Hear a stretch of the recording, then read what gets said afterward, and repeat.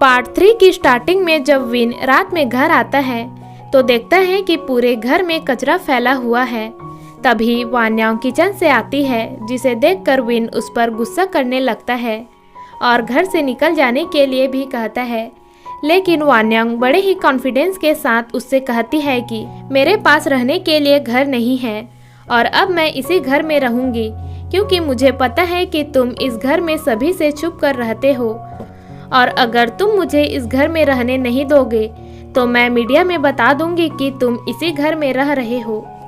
वान्यांग की ऐसी बातें सुनकर थोड़ी देर बाद में विन टेबल में रखे हुए उसके पर्स से जबरदस्ती वान्यांग का आईडी कार्ड निकाल लेता है और वान्यांग के बहुत ज़्यादा जिद करने पर भी उसे उसका आईडी कार्ड वापस नहीं लौटाता, जिसके बाद वो वान्यांग को जबरदस्ती अपने घर से बाहर निकाल देता है। और वान्यांग के बहुत ज़्यादा जिद करने पर भी उसे उसका आईडी कार्ड नहीं लौटाता। वान्यांग तो पहले विन से काफ़ी ज़्यादा रिक्वेस्ट करती है, पर विन पर उसकी बातों का कुछ भी असर नहीं होता, तो वान्यांग विन को रिपोर्टर्स को कॉल करने की धमकी देने लगती है। पर उल्टा विन ही उसे धमकी देने लगता है कि मैं तुम्हारे ऊपर केस कर दूंगा कि तुमने ज़बरदस्ती मेरे प्रॉपर्टी में घुसकर मुझे हर्ट करने की कोशिश की है, जिससे वान्यांग घबरा जाती है और विन से घर के अंदर आने के लिए काफ़ी रिक्वेस्ट करने लगती है। पर विन उसकी बातों को इग्नोर करके वहां से चला जाता है और बेचारी वान्यांग रिक्वेस्ट करते ही रह जाती है। बाहर काफ़ी तेज बारिश हो रही होती है, तो वान्यांग कहीं दूसरी जगह जा भी नहीं सकती थी, इसीलिए वो बाहर बैठकर अपने लक पर ही रोने लगती है और फिर विन के बारे में बड़बड़ाते हुए वहीं पर ही सो जाती है। थोड़ी देर बाद में बारिश होते देख विन भी वान्यांग को विंडो से देखने के लिए आता है और वान्यांग के लिए थोड़ा बुरा फील करते हुए उसे देखते हुए हॉल में ही सो जाता है। लेकिन विन के सोते ही वान्यांग अपनी चाबी से घर का लॉक खोलकर चुपके से अंदर चली जाती है और किचन में जाकर वहां रखी हुई सभी चीज़ों को बारी बारी से खाने लगती है और किचन में पूरा कचरा फैला देती है। अगले दिन सुबह जब विन सोकर उठता है तो वान्यांग उसे वहां पर नहीं दिखती, तो वो वान्यांग को देखने के लिए घर के बाहर जाता है, पर वान्यांग वहां पर भी नहीं होती, जिससे विन को वान्यांग के लिए फिर से थोड़ा बुरा फील होता है। जिसके बाद जब विन किचन में जाता है तो वो देखता है कि पूरे किचन में कचरा फैला हुआ है, जिसे देखने के बाद विन को वान्यांग के ऊपर काफ़ी ज़्यादा गुस्सा आता है और फिर वो गुस्से में वान्यांग के रूम में जाता है, जहाँ पर वान्यांग बड़े ही आराम से बेड पर सोई हुई होती है, जिससे विन को उसके ऊपर और भी ज़्यादा गुस्सा आता है और फिर वो वान्यांग को नींद से उठाने लगता है। पर नींद में होने की वजह से वान्यांग उसे ही धक्का दे देती है, जिसके बाद विन वान्यांग का पैर पकड़कर उसे बेड से ही नीचे गिरा देता है। लेकिन वान्यांग विन पर चिल्लाने के बाद फिर से बेड में सो जाती है, तो विन उसे ब्लैंकेट में लपेटने के बाद उसे उठाकर बाहर फेंकने के लिए जाने लगता है। लेकिन वान्यांग विन से अपने आप को छुड़ाने के लिए उसके बालों को जोर जोर से खींचने लगती है, पर विन पूरी हिम्मत करते हुए उसे घर के बाहर लाकर पटक देता है और वान्यांग के ऊपर काफ़ी ज़्यादा चिल्लाने के बाद वहां से चला जाता है, जिससे वान्यांग विन के घर चले जाने तक उस पर चिल्ला चिल्ला कर गुस्सा करने लगती है और विन के घर चले जाने के बाद घर की चाबी निकालते हुए हंसने लगती है। जिसके बाद वो चुपके से घर के अंदर जाने की कोशिश करती है, पर विन उसके सामने आकर खड़ा हो जाता है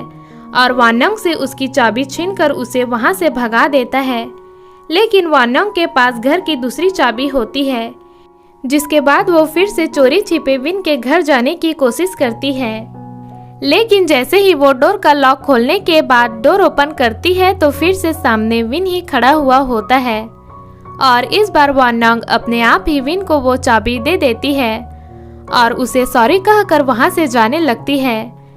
पर विन उससे और चाबियां मांगता है, जिससे वान्यांग बारी बारी से अपने घर की छिपाई हुई सभी चाबियां विन को देने लगती है। जिसके बाद विन उसका बाल पकड़कर उसे खींचते हुए घर से निकाल देता है और फिर उसका सारा सामान लाकर उसके सामने फेंक देता है, जिससे वान्यांग उसे गुस्से से घूरने लगती है। लेकिन विन उसे इग्नोर करके अपने घर चला जाता है। वान्यांग को घर से निकालने के बाद विन काफी रिलैक्स फील कर रहा होता है कि तभी डोरबेल बजती है। तो विन वान्यांग समझकर गुस्से में बाहर जाता है, लेकिन इस बार वान्यांग नहीं बल्कि टॉम होता है, जो कि उसे बताता है कि मेसा ने अपने एक इंटरव्यू में ये अनाउंसमेंट किया है कि वो अपने आने वाले प्रोजेक्ट में तुम्हारे साथ काम करने वाली है, जिससे मीडिया में सभी जगह तुम्हारी ही बातें चल रही है। आगे बढ़ने से पहले अगर आपने हमारे चैनल डिम्पल ड्रामा 2 को सब्सक्राइब नहीं किया है तो जल्दी से सब्सक्राइब करके बेल आइकन को भी प्रेस करो गाइस, ताकि आपको हमारी न्यू वीडियोस की नोटिफिकेशन सबसे पहले मिल सके। और अगर वीडियो पसंद आ रही है तो लाइक, कमेंट और शेयर करना भी मत भूलना। Thank you. देन अगले सीन में घर से निकाले जाने के बाद वान्यांग अकेले रास्ते पर चल रही होती है कि तभी उसे मिडी का कॉल आता है, जो कि उसे रात को अपने बर्थडे पार्टी में आने के लिए इनवाइट करता है, जिसके लिए वान्यांग मिडी को काम का बहाना बनाकर बर्थडे पार्टी में आने के लिए मना कर देती है। लेकिन मिडी उससे कहता है कि पार्टी में बहुत सारे टेस्टी टेस्टी खाने होंगे और मैंने सिर्फ उन्हीं डिशेस को पार्टी के लिए पिक किया है जो तुम्हारे फेवरेट्स हैं, तो क्या तुम अब भी पार्टी में नहीं आने वाली हो? मिडी की ये सभी बातें सुनकर वान्यांग के मुंह में पानी आ जाता है और वो तुरंत ही पार्टी में जाने के लिए मान जाती है। वहीं विन मेसा की इंटरव्यू देखने के बाद थोड़ा वरीड हो जाता है, तो टॉम उसे मेसा से मिलकर इस बारे में बात करने के लिए कहता है, क्योंकि अगर तुम इस प्रॉब्लम को अभी सॉर्ट आउट नहीं करोगे तो प्रॉब्लम और भी ज़्यादा बढ़ जाएगी, जिसके लिए विन भी मान जाता है। दूसरे सीन में वान भी मेसा के इंटरव्यू को पढ़ने के बाद टेंशन में आ जाता है और फिर उस फिल्म के प्रोड्यूसर को कॉल करके उसे विन के बारे में भड़काने लगता है कि विन एक गे है और उसे फिल्म में लेने से पब्लिक नाराज हो जाएगी, इसीलिए हमें विन की जगह किसी और एक्टर को कास्ट करना चाहिए, जिसके लिए फिल्म का प्रोड्यूसर भी मान जाता है। मिडी काफी टाइम से वान्यांग का पार्टी में आने के लिए वेट कर रहा होता है। तभी डोरबेल बजती है, तो मिडी जब घर के बाहर आता है तो उसका मुंह खुला का खुला ही रह जाता है, क्योंकि वान्यांग ने काफी ज्यादा अजीब कपड़े पहने होते हैं। देन वान्यांग कहती है कि मुझे लगा था कि ये फैंसी ड्रेस पार्टी होगी, इसीलिए मैं ऐसी तैयार होकर आई हूँ। और फिर खुद भी एम्बैरेस फील करते हुए मिडी के लिए गाना गाने लगती है, जिससे मिडी काफी ज्यादा खुश हो जाता है और वान्यांग को अपने साथ अपने घर लेकर जाता है, जहाँ वान्यांग को ऐसे कपड़ों में देख सभी गेस्ट उसे ही घूरने लगते हैं। यहाँ तक कि मिडी के पेरेंट्स भी वान्यांग को देखकर मुंह बनाने लगते हैं और वान्यांग के उन्हें ग्रीट करने पर उसे बहुत रूडली तरीके से बात करते हुए ताना मारने लगते हैं, जिसे देखकर मिडी वान्यांग को अपने साथ पार्टी में ले जाता है, जहां वान्यांग का ध्यान सिर्फ खाने की तरफ ही होता है और फिर वो बहुत सारा खाना निकाल कर खाने लगती है, जिससे मिडी के सभी गेस्ट के साथ साथ उसके पेरेंट्स भी वान्यांग को ही घूरने लगते हैं, जिसे मिडी भी नोटिस करता है। पर वो इन सभी बातों की फिक्र किए बिना ही वान्यांग को खुश देखकर खुद भी खुश होता है, जिसके बाद वान्यांग मिडी को एक साइड में अकेले ले जाकर एक छोटा सा केक प्रेजेंट करते हुए उसके लिए बर्थडे सॉन्ग गाने लगती है, जिससे मिडी काफी ज्यादा खुश होकर प्यार भरी नजरों से वान्यांग को ही देखने लगता है एंड देन विश मांगते हुए कैंडल ब्लो करता है। तो वान्यांग उससे पूछती है कि तुमने कौन सी विश मांगी? तो मिडी उसका हाथ पकड़कर बताता है कि मैंने गॉड से तुम्हारा साथ मांगा है, क्योंकि मैं तुम्हारे साथ अपनी पूरी लाइफ बिताना चाहता हूँ। ये सुनकर वान्यांग हर बार की तरह ही इस बार भी मिडी का दिल तोड़ देती है और फिर अगेन मिडी को हैप्पी बर्थडे विश करने के बाद काम का बहाना बनाते हुए मिडी को बाय बोलकर वहाँ से चली जाती है।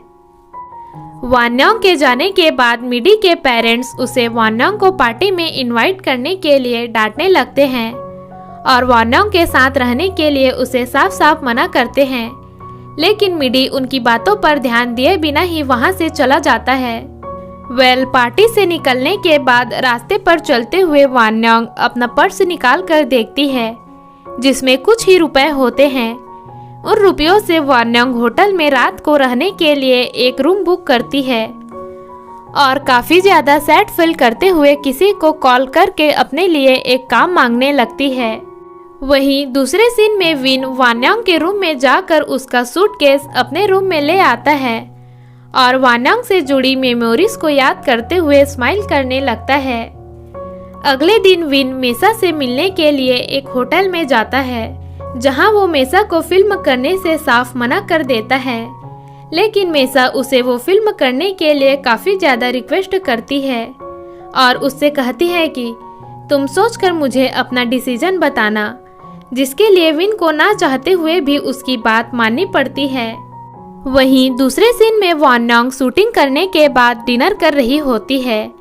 तभी एक क्रू मेंबर उसके पास आकर उसे एक काम के बारे में बताता है और कहता है कि इसके लिए तुम्हें अपना कॉस्ट्यूम और मेकओवर खुद ही करना होगा, जिसके लिए वान्यांग खुशी खुशी मान जाती है। पर तभी उसे याद आता है कि उसका सूटकेस तो विन के घर पर है और फिर वो विन के घर पर चोरी छिपे अपना सूटकेस लेने के लिए जाती है। वान्यांग अपने रूम में आकर अपना सूटकेस ढूंढने लगती है, पर वहां उसे अपना सूटकेस नहीं मिलता। तो वान्यांग विन के कमरे में जाकर अपना सूटकेस ढूंढने लगती है और काफी देर तक ढूंढने के बाद फाइनली उसे अपना सूटकेस मिल जाता है। तभी विन अपने कमरे में आता है, जो कि काफी ड्रंक होता है, जिससे वान्यांग जल्दी से बेड के नीचे छिप जाती है। विन ड्रंक होने की वजह से तुरंत ही सो जाता है, तो वान्यांग चुपके से वहां से जाने लगती है और वॉशरूम जाकर अपना सूटकेस खोलकर देखने लगती है। तभी विन को कुछ शक होता है और वो अचानक से उठ जाता है और इसी के साथ पार्ट 3 की एंडिंग हो जाती है। तो क्या विन फिर से वान्यांग को पकड़ पाएगा या वान्यांग इस बार विन के हाथों से बचकर निकल जाएगी, ये देखेंगे हम पार्ट 4 में। तो जल्दी से चैनल को सब्सक्राइब करके बेल आइकन प्रेस करना मत भूलना, ताकि हमारी आने वाली न्यू वीडियोस की नोटिफिकेशन आपको सबसे पहले मिल सके। और साथ साथ वीडियो को लाइक, कमेंट एंड शेयर भी कर देना। तो मिलते हैं इस ड्रामे के अगले पार्ट में। Thank you for watching.